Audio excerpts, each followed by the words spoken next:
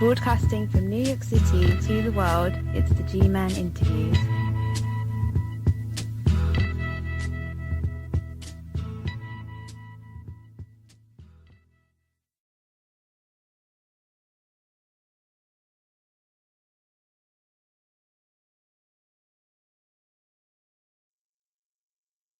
Welcome.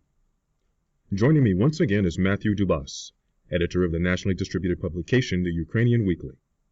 He has reported on many of the country's political and social conflicts and worked with ambassadors, politicians, policy advisors, and scholars on a range of issues concerning his homeland.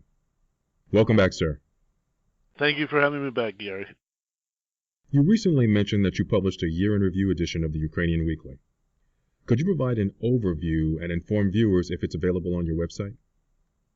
It is available on our website. Generally, we do a comprehensive overview of every year, and it's an annual tradition that we've been doing for decades now, and we cover all different aspects from things going on in the United States, things going on in Canada, events in Ukraine, and then it's different topics such as churches or arts and community projects and stuff like that. So it's a rough time because we're compiling all this information. We have to dig through our archive and actually try to trim everything down and make everything nice and concise.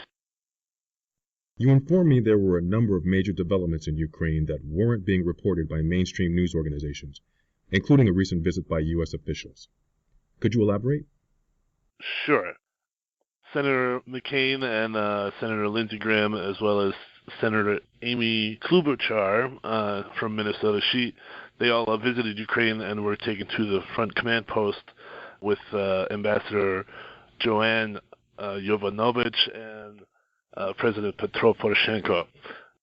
They got a chance to see the situation on the ground over there, and they brought that knowledge back to the United States and are working with other senators to move forward legislation to further sanctions against Russia. Basically, it could be described as a fact-finding mission. To some extent, yes, but there was a dual purpose as well. Senator McCain and Senator Graham received state awards as well for their continued support of Ukraine and efforts on the ground over there. What do Ukrainians in America and abroad think about the numerous allegations concerning Donald Trump's reported relationship with Russia? Ukrainians in the United States are definitely tense. In Ukraine, they see this as suspicion, but it's also a continued policy of Russia meddling, and it's an information war, and this information war is meant to manipulate public opinion. So whatever they're doing, it's working. President-elect Trump will take the oath of office in 8 days. Would you say the majority of those from your community are cautiously optimistic or deeply concerned about his presidency?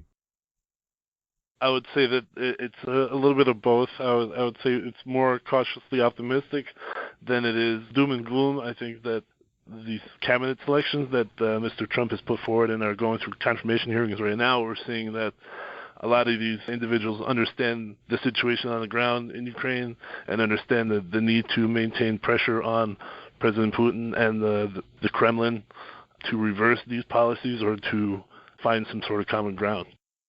It's interesting that the majority of Ukrainians feel that way, especially when you consider the fact that Rex Tillerson, the former chairman and CEO of ExxonMobil and Trump's nominee for Secretary of State, attended meetings with Russian government officials. Right. Well, based on what Tillerson actually said during his confirmation hearing, Senator Rubio from Florida grilled him and wanted him to label President Putin as a war criminal, but this didn't necessarily work for Tillerson. He showed some sort of diplomatic savvy in trying to sidestep that issue, but he did underscore the way that the Russians invaded Crimea, and that's exactly what he called it, was an invasion. These are good signals that he understands that what Russia did was illegal, and we can't necessarily just sweep it under the rug. What's the latest information you have on the fighting in the region? There have been multiple ceasefire violations in the eastern part of Ukraine, most notably in Svitlodarsk and the town of Adayivka and near the border of Mariupol and the southern end and Donetsk. The OSCE has documented these violations. The problem with OSCE is that out of these 700 monitors that are they're only allowed limited access during the daylight hours. They're not allowed during the night, which is when most of these attacks and exchanges are being made. But it's also the fact that 39 of these OSCE monitors are actually from the Russian Federation as members of the OSCE. So there's information compromise there. These individuals are allowed to report back to Moscow position movements of troops, etc. I think that is being underreported. But we also have to trust the majority of these OSCE monitors are doing. You figure 39 out of 700, that's not that many, but still it's enough to cause speculation. You've made numerous appearances on this show to provide your assessment of what's happening in your country and share information from your sources on the ground. But lately, comments have been posted on your episodes by people claiming you're biased and not telling the truth about the history between Russia and Ukraine. Would you like to address the accusations? There is this, the word truth there, right?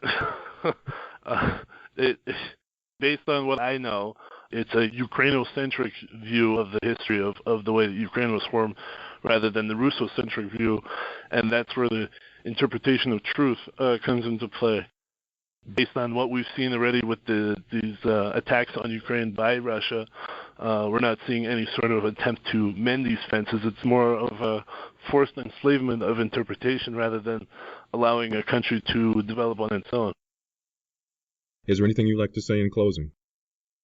During this holiday season of Ukraine celebrating Christmas on January 7th, we remember the soldiers who are on the front lines. They're really defending Europe in its time of crisis, and hopefully Europe wakes up to the call to defend. We've seen these troops movements now, U.S. armies deploying a battalion, I guess, to Europe, which is small potatoes compared to what Russia has on the border of 55,000 troops that are ready to move. So Russia has no real claim to be concerned over a simple brigade versus 55,000 troops.